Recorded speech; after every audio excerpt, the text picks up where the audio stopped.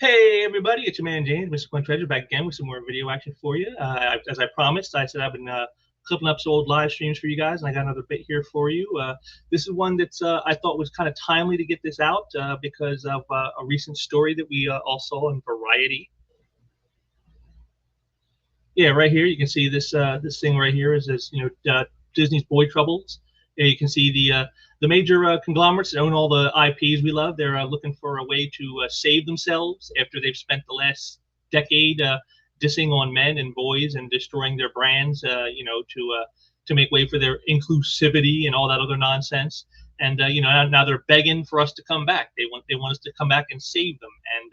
And it's kind of funny to hear that because I remember not that long ago, it was very much the opposite, which is what you're going to see in this clip I have here for you guys. Because what it is, it's got, they actually talked about the exact opposite. It's amazing what a difference a couple of years can make in the real world. But, yeah, I got that for you guys. So we'll check that out, and we'll get some more stuff going for you here. But I do hope you enjoy this one. It's a little bit longer than some of the others I've done when I've clipped out little bits for you, but I think there's a lot of great stuff in it, and I think you're going to get some good thoughts about it. So like when they're here trying to tell us to come on back, please men, please boys, come back and support us.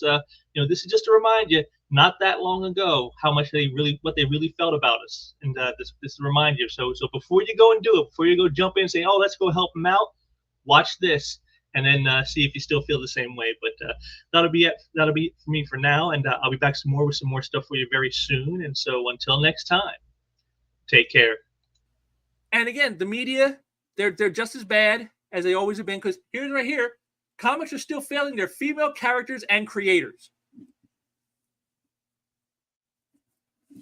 One of the biggest mistakes they've done is turning boy brands into girl brands. That's what Disney has done with Marvel. That's what Disney has done with Star Wars. That's what DC is doing with a lot of their characters. And yet somehow they're failing the female characters and creators. So let's think. I put this in because, again, this shows you just how out of touch everybody is. Publishers like Marvel and DC hold the power to change the male-dominated comic book industry by promoting diversity in characters and creators. What the hell have they been doing for the past 10 years? Riri Williams, Muslim Ms. Marvel, Captain Marvel, Carol Danvers, or Coral Manvers, as some prefer to call them. They've been doing this for years. The female Black Panther. What's her name? I can't even bother to remember her name because I don't care.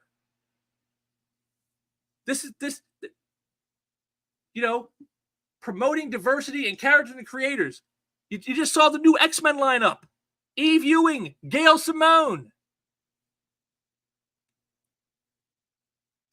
Neither one of them writing anything worth a damn, but yet they're still getting work. Representation matters in comics. Influence readers' immersion, empathy, and story quality. Publishers should aim for a more inclusive industry. So again, what's missing in all this? What's missing in all this right here? Good storytelling. Representation matters because you want to influence readers' empathy. Don't engage their minds where they're like interested in the story. No, engage their empathy. See, again, this is it. It's all on emotion. Everything they do is based. There's nothing logical about anything they say or do. This is why they've attacked people the way they have. You come in saying this work sucks because Spider-Man would never do this, or Thor would never do that, or Batman would never say this. And this is why they take it personal and call you a bigot. Because they aren't coming at it from a place of logic. They're coming at it a place of emotion. And this is what has been destroying comics. Gender inequality persists in comic books, with male characters and creators dominating. Fans can support diverse stories to prompt industry change. They do. If you want stuff for certain groups, you can make stuff for certain groups. But what you don't do is take something that, already has its audience and say, well, we're going to completely change this and tell the audience that you have, if you don't like it, you're a bigot. That doesn't work. That doesn't prompt change that helps to grow anything. In fact, it just creates division, it creates animosity, it creates resentment. But, Thayer here, I guess he doesn't care as long as, his views are reflected. Comic books are and always have been a male-dominated industry, which of course is not true. If you go back in time to the 1940s and early 50s, there was quite a bit of women who read comics, but then you had comics for girls, romance comics and some cartoon comics and stuff that was aimed specifically at female readers, and they sold in the hundreds of thousands to millions of copies. So right there, his first sentence is a lie, which shows you how stupid Thayer is. When comics first emerged in the early 20th century, they catered to girls and boys. So right there, he just contradicted his own thing. Comics are and always have been a male-dominated industry. In the early 20th century, they catered to girls and boys. Which is it, Thayer? With over 90% of kids in the 1940s reading comics regardless of gender. Well, gee, that would seem to suggest that you don't have to make them specifically targeted to a group. Just create good quality work and people will buy it. Early comic book creators, however, were almost exclusively male. So then what does that prove? That what plumbing you have between your legs doesn't mean you're going to be a good writer. You don't need to be a woman to write to women. You don't need to be a man to write to men. You just got to understand what it takes to tell a good story.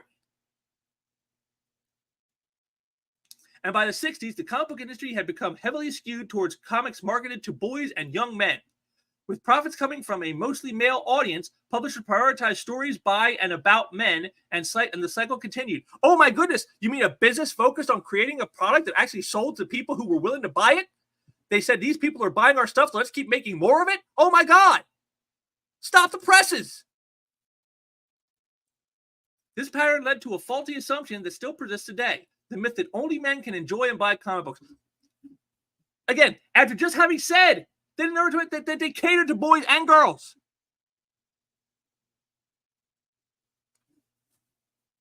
And this is a lie too.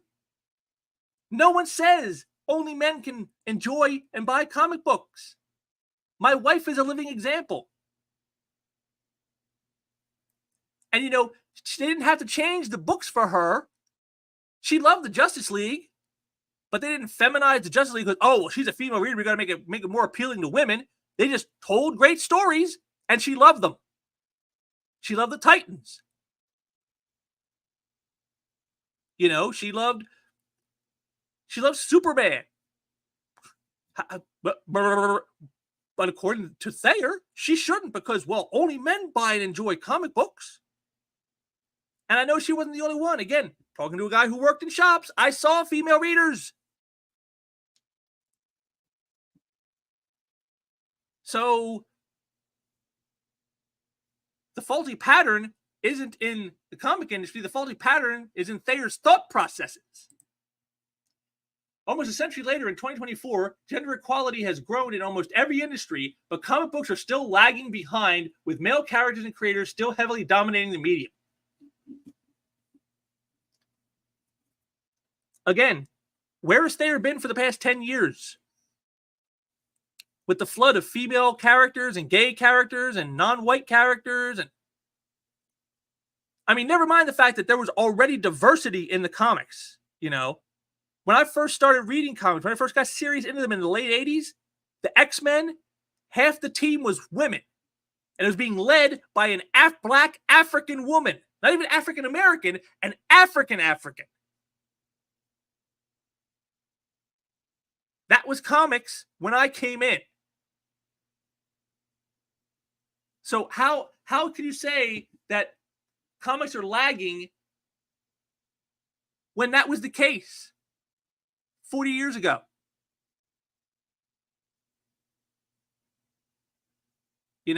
I mean, for women of color and people who identify as non-binary, representation is even worse. See, again, notice the key word, representation, not storytelling, not, quality, not entertainment, representation. And this demagoguery of representation is another factor in what has destroyed the mainstream comic book industry. So you're seeing the story that you saw at the start here with those numbers from Brian Hibbs. This is what has led to those numbers. The world's population is approximately half male and half female. Oh, what? No, what? Wait, I thought there was more than two genders, you bigot. Thayer, you fucking sexist bigot. No gender has an inherent advantage in writing or creating visual art. Comic book writers and artists of every gender, race, and sexual orientation exist. However, whether a particular artist's voice reaches people is largely in the hands of publishers. Wrong! Wrong! Especially not today.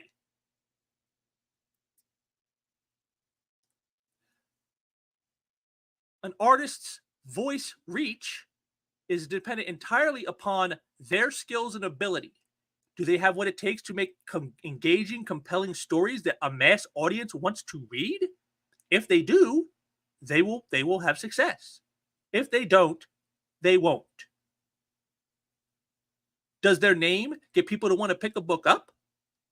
If it does, then they will be very well received. If it doesn't, they won't.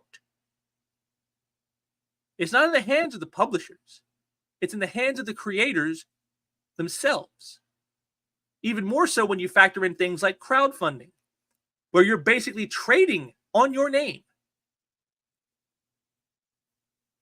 Because now you are the publisher. So if you want your work out there, you can make it happen. It's never been easier to make it happen. But see, this isn't what he's talking about. He's not talking about like whether they can actually create the work. It has to be popular. And you don't get to dictate that as the creator. You don't get to decide, oh, I should be seen as a genius. I should be seen as popular. No. That will come if your work is of quality and has enough of an audience that wants to purchase it. And if you don't have that, it won't. Publishers make the final decision about who is writing a particular comic and which comic characters are being featured in new publications. As a result, publishers, particularly Marvel and DC, which dominate the comic book industry, again, we know that isn't true anymore. We saw those numbers. You saw them here at the start of this stream. That is not true. Can choose which stories are being told and whose voices are being heard, which we've seen. We've seen that already. When they force characters to be certain ways that they're not meant to be, when they replace male characters with female ones, when they replace white characters with black ones, when they replace straight characters with gay ones, when they take a writer who, nobody likes and put them on the book because, well, we want them to have that voice. They've actually been doing exactly what he says here. Publishers have a choice of whether to perpetuate the cycle of male-dominated content being marketed to male-dominated audiences or make changes that create a more inclusive industry for creators and readers. Publishers can and should be doing better. The more I'm reading this, the angrier I'm getting.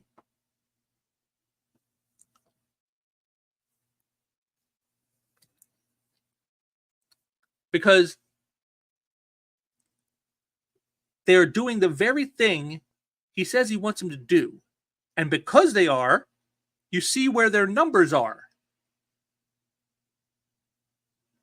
So if now they're starting to maybe trying to switch it up, although again, as you saw from my examples, they're not necessarily going to do that. Maybe it's because they understand that, well, we've done what Thayer wants and it's only led us to ruin. Maybe we need to back it up and go back to before when stuff actually sold. What were we doing? Oh, maybe we should do that again. See, so this tells me Thayer is someone who actually hates comics. or at the very least doesn't care, what they do is they want power and dominance over an industry. They want to force down everyone's throat their personal beliefs, whether you want them or not, whether they belong in that book or that character or not. And that, again, is why the numbers are as they are now, from a decade of doing this. What's the definition of insanity? Doing the same thing over and over and expecting a different result? Some readers may be asking, why does representation matter? No, they're not asking that. They're asking, why do you hate comics? Why are you working in the comic industry as a supposed media shill for comics when you hate comics? That's what they're actually asking Thayer. I know I certainly am. To begin with, everyone enjoys stories about characters that remind them of themselves. Actually, no, that's not true. I've loved many characters that remind me nothing of myself. For example, Bruce Wayne. I don't know what it's like to have my parents murdered. I can't relate to that. I can't relate to being rich. I can't relate to being driven so hard to do something that it excludes all other considerations, the way he has his mission. I can't relate to Tony Stark. I don't know what it's like to be a multimillionaire and an inventive genius. I can't relate to that. I can't relate to having a heart injury.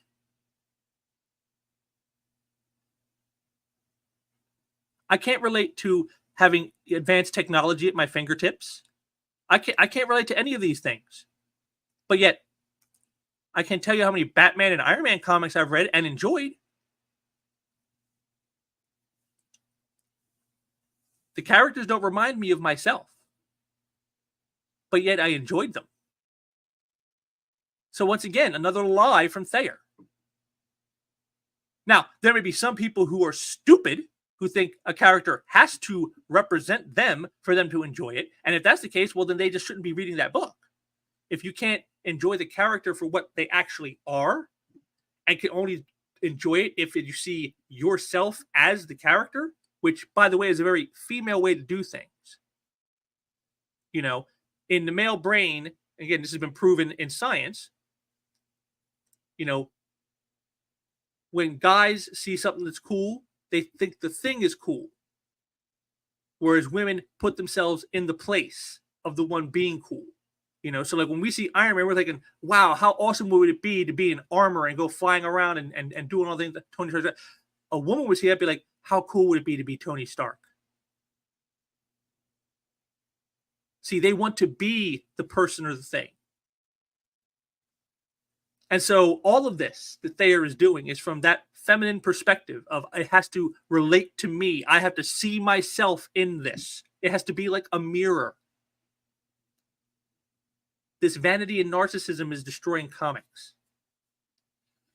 The more people can see themselves reflected in the world of a story, the more they can immerse themselves in the story, except then explain stuff that has nothing to do with the real world. You know, He-Man was big at one time. That's a total fantasy. How do you see yourself in that story? You know, Flash Gordon. How do you see yourself in that story? Yet people were able to immerse themselves in these characters so much that they became icons. Transformers. How do you immerse yourself in that story? You're not a robot. You don't know what it's like to be a robot on a foreign alien planet.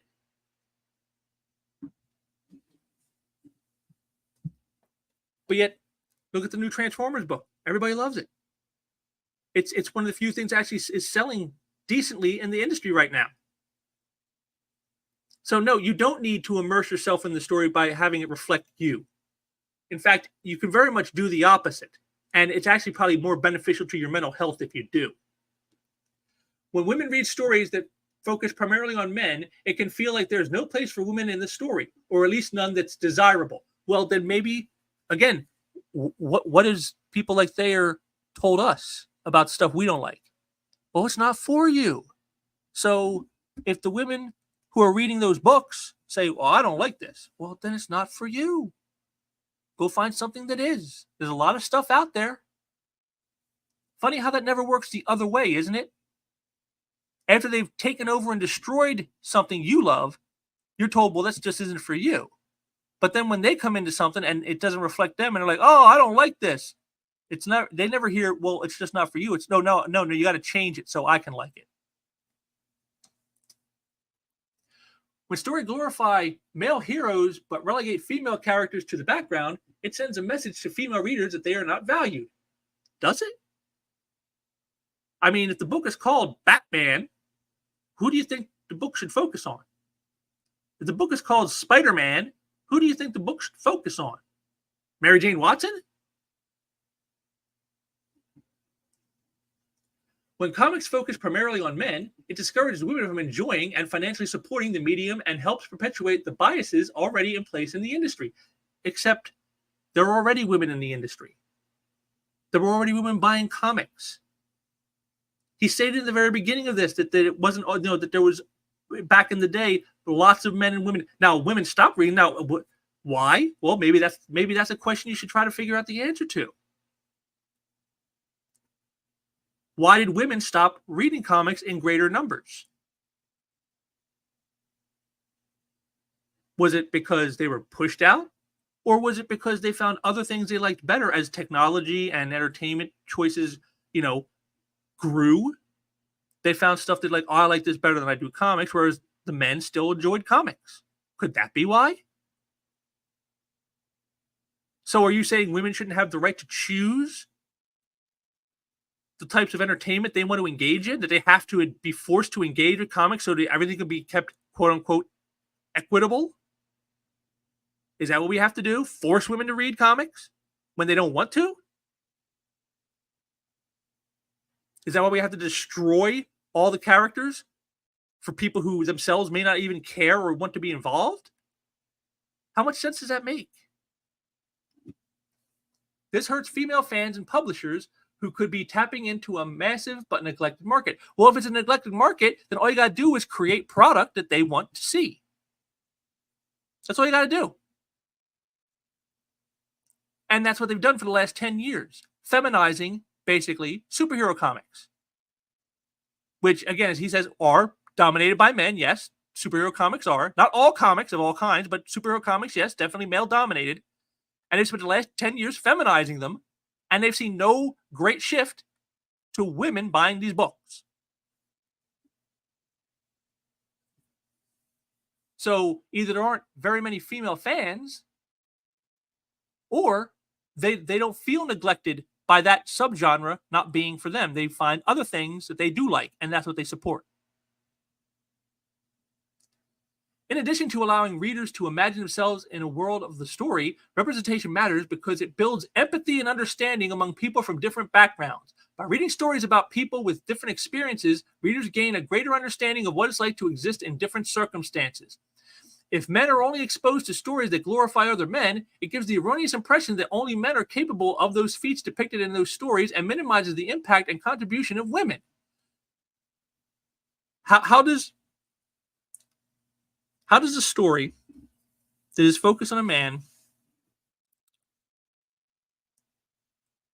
minimize the impact of women?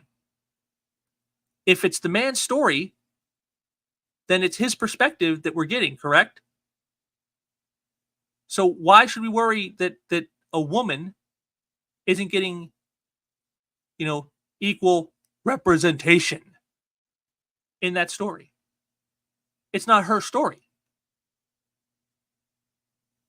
Now, if you want to make female characters and do female stories, you can do that. But the problem here is that those historically now are showing that they don't sell. It's been done for 10 years. It hasn't worked. The sales are not good. So, again, short of forcing women to engage in entertainment they don't want to, how do you fix that? I'd be interested to hear what Thayer thinks on that. Of course, I doubt they've thought very much on this to begin with. When women are relegated to support roles rather than experiencing their own heroic journeys, it creates the impression that women are only capable of support roles, which builds gender bias in real-world interactions as well. Increasing empathy and compassion for different people helps reduce violence and conflict in the real world, which is arguably a good thing. I'm sorry. You could find anybody walking the street, go up to any man and say, if you read a comic book that said it was wrong to beat women, would that, make you so you wouldn't beat women? And the answer is going to be no. If they said, if you saw something that said that, raping is wrong, would that make you less inclined to rape than you already do? They'll probably say no.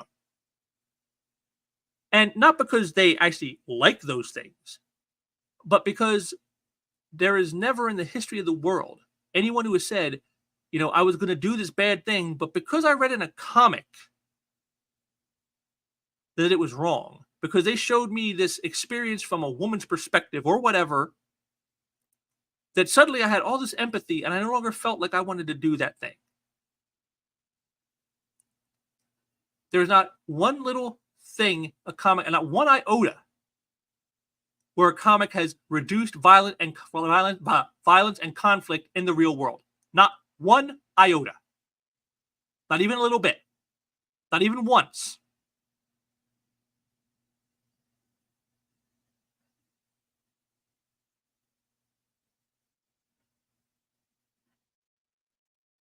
That is propaganda.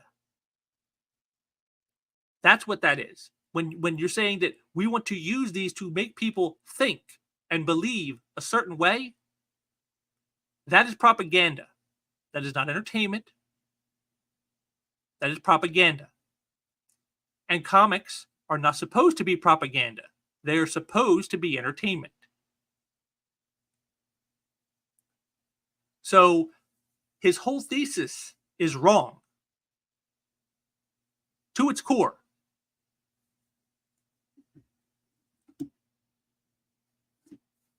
The only thing forcing characters into roles they don't belong in, or forcing the writing to be written in a way that goes against what the, as he would put it, the dominant market wants, all that does is kill the book. All that does is kill the business, which, again, at the start of this stream, you saw that's exactly what it's done. Perhaps the simplest answer to why representation matters, however, is that diverse characters tend to make a story better. Really? Tell me, which is the better story? Iron Man, The Armor Wars, or the Riri Williams saga? Which is the better story? Spider-Man Kraven's Last Hunt, or the Superior Spider-Man with Dr. Octopus as Spider-Man? Which is the more superior product? Iceman as a member of X Factor in the 80s, or the gay Iceman who always talks about his boyfriends now?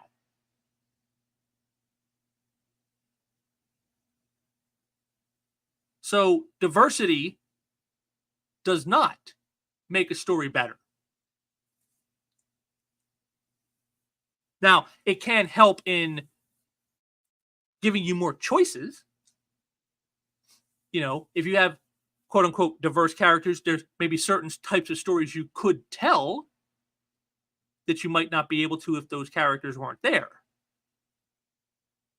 But diversity in and of itself does not make a story better. In fact, it adds nearly nothing of value to do that. It's bad storytelling when the characters in the story are all the same. No, it's bad storytelling when all the characters sound the same. You could have a rainbow coalition of characters, but if they all sound the same and do the same and think the same and believe the same and say the same things, and you could just switch the word bubbles with any other character and it wouldn't even matter, that is bad storytelling.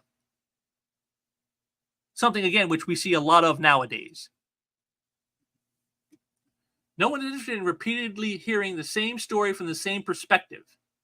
including characters from various backgrounds and lived experiences in a fictional work makes the narrative framework richer and more complete. No, it doesn't. It just makes it more complex, potentially. Again, that all requires you to have actual skill as a writer.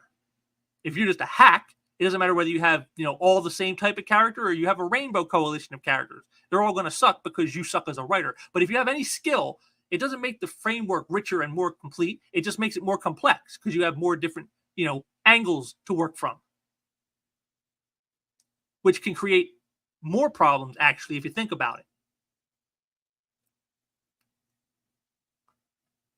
And no one is interested in repeatedly hearing the same story from the same perspective. Well, that's pretty much all the books now.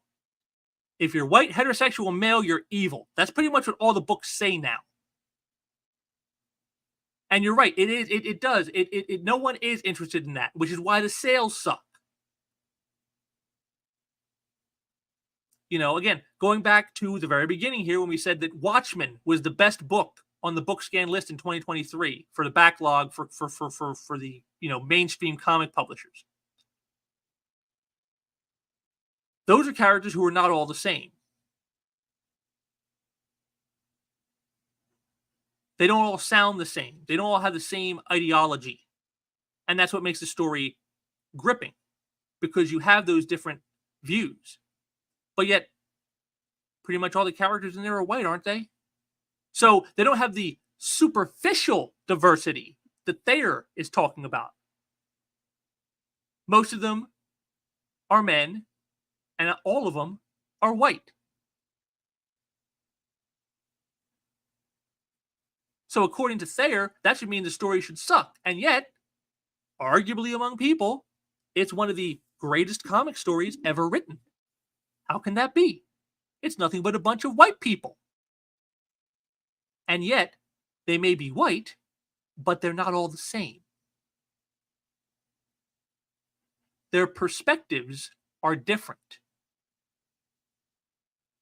And that's what makes the story compelling.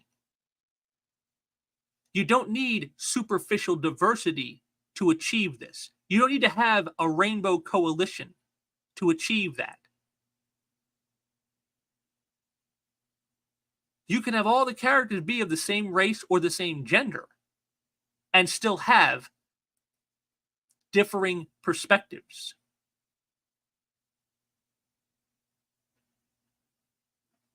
But see, a bigot like Thayer doesn't get that. The real world is full of a diverse range of people. If that diversity isn't present in a story, then that story loses its depth and sense of reality. Except, again, go back to Watchmen.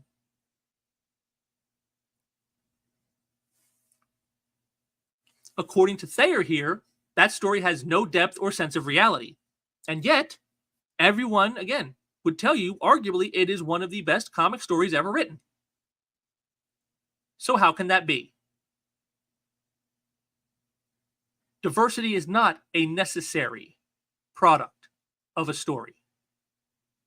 Now, in the hands of a skilled writer, it can be used and maybe create some, like I said, some complexities that you otherwise may not have. But if you don't have a good story to start with, if you don't have good storytelling capabilities already, well, it doesn't matter if you have diversity in your story or not. The superficial kind of diversity, that is, the kind that matters to Thayer. You could have all the different types of people in a story, but if you don't have the skills to tell a good story, then it doesn't matter. Whereas all the people in the story could all be the same race and gender. And if you have good storytelling abilities, that story can be gripping. Think about the movie 12 Angry Men.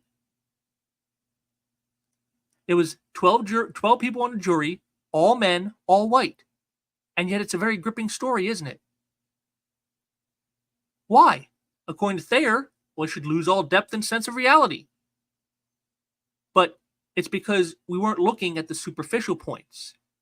When you're reading the story or watching the movie, you're seeing what the characters are saying. You're seeing how they're reacting and interacting. And that is where the depth and sense of reality comes from. And the fact that they're all white males doesn't really matter. This is what they've forgotten. here's the one that really got me, was this bit. For comic book fans, the single most important way of changing the status quo is by financially supporting comics, creators, and publishers that celebrate diversity and tell stories from different perspectives. Really? So, when are we going to see the stories that are, reflective of conservative viewpoints? Where are we going to have the hero who fights to secure the border? Where are we going to have the hero who fights to stop the inner city crime by taking out the people who are doing it, who are most likely going to be of a certain melanin count?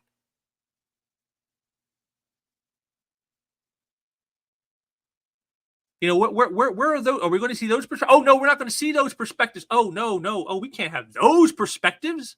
Oh.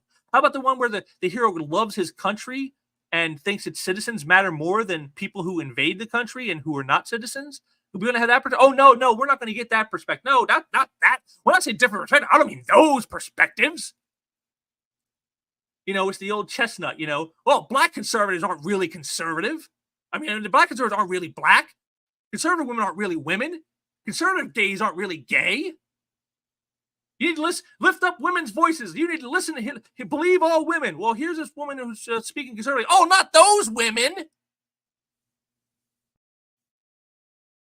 By subscribing to great series like Sensational She-Hulk or Birds of Prey, readers can tell Marvel and DC that stories featuring female characters are as marketable and profitable as stories about men. Yes, and they will if the work is good.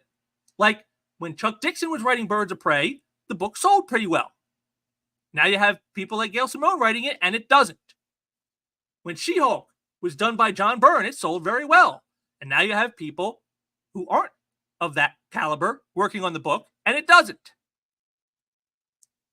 Because you've taken the character from what they were when they had a mass audience appeal and narrowed it down and said, well, we're going to ram this agenda down here. Now we're going to be all feminist and hating men. Men are idiots. Men are buffoons. Men are scum.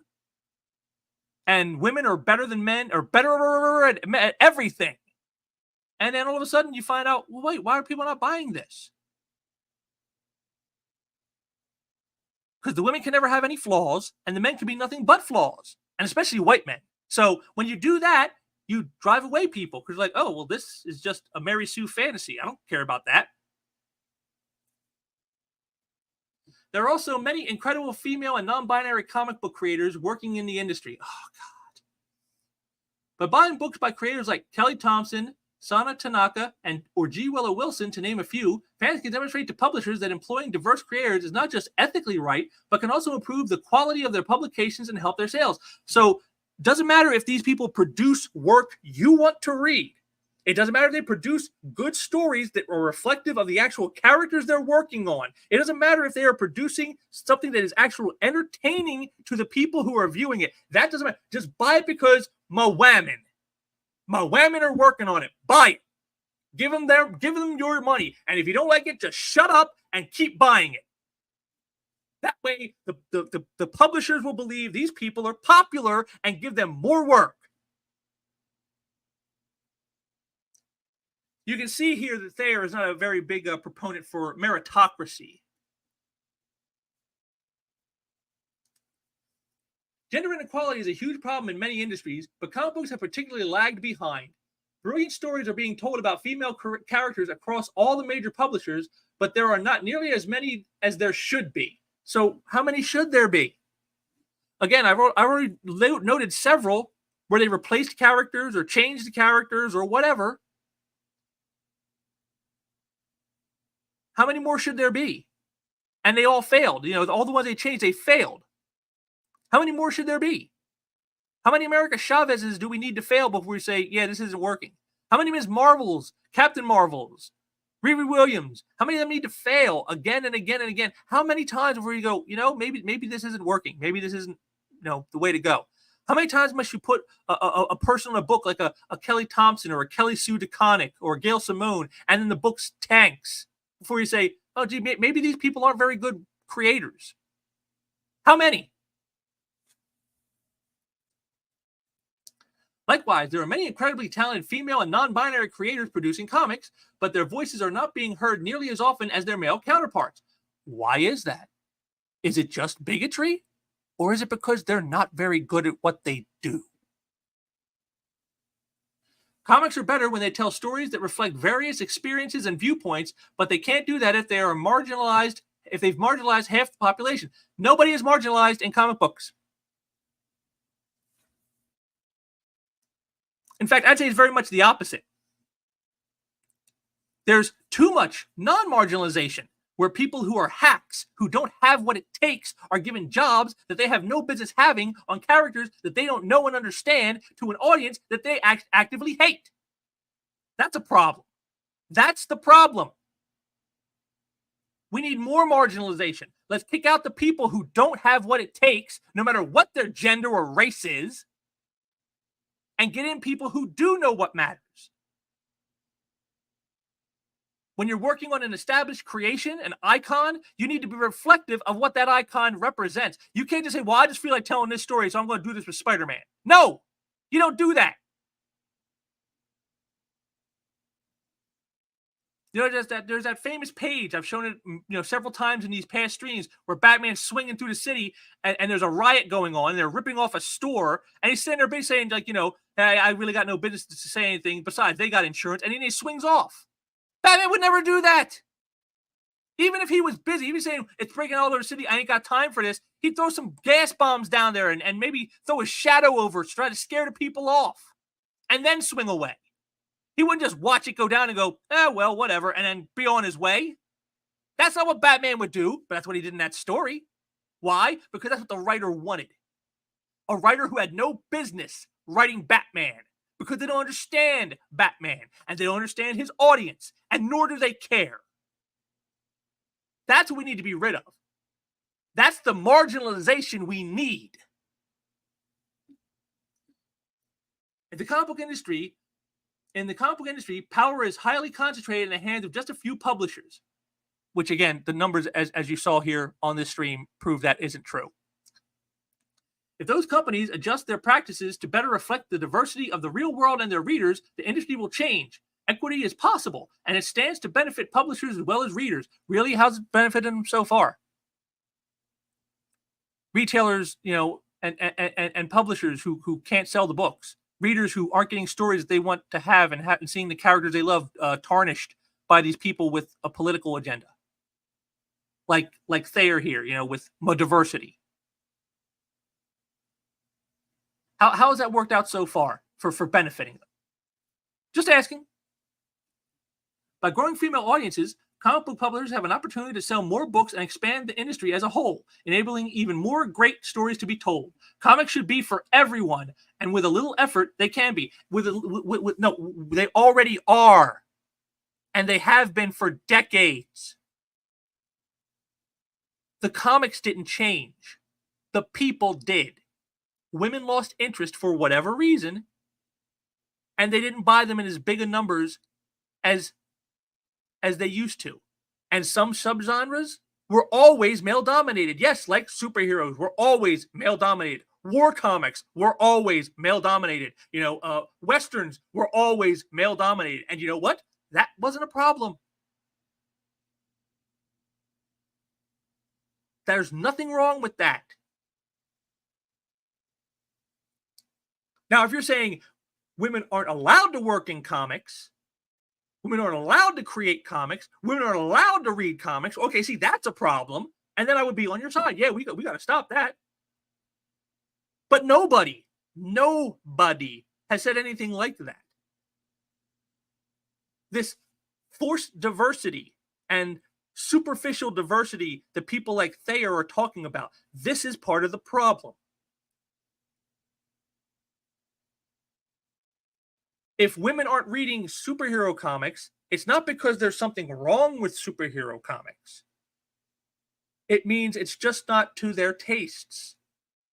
Now, if you want to make superhero comics that are, you can, but odds are they'll end up, again, just like I said, getting canceled all the time, because you won't get much of the male audience, and obviously the female audience, even when you make it quote-unquote tailored to them, still isn't showing up for it. So what do you do? Keep throwing away the audience you have for one that will never show up? That's certainly a good business model. gee, I wonder why the industry is in the state it's in.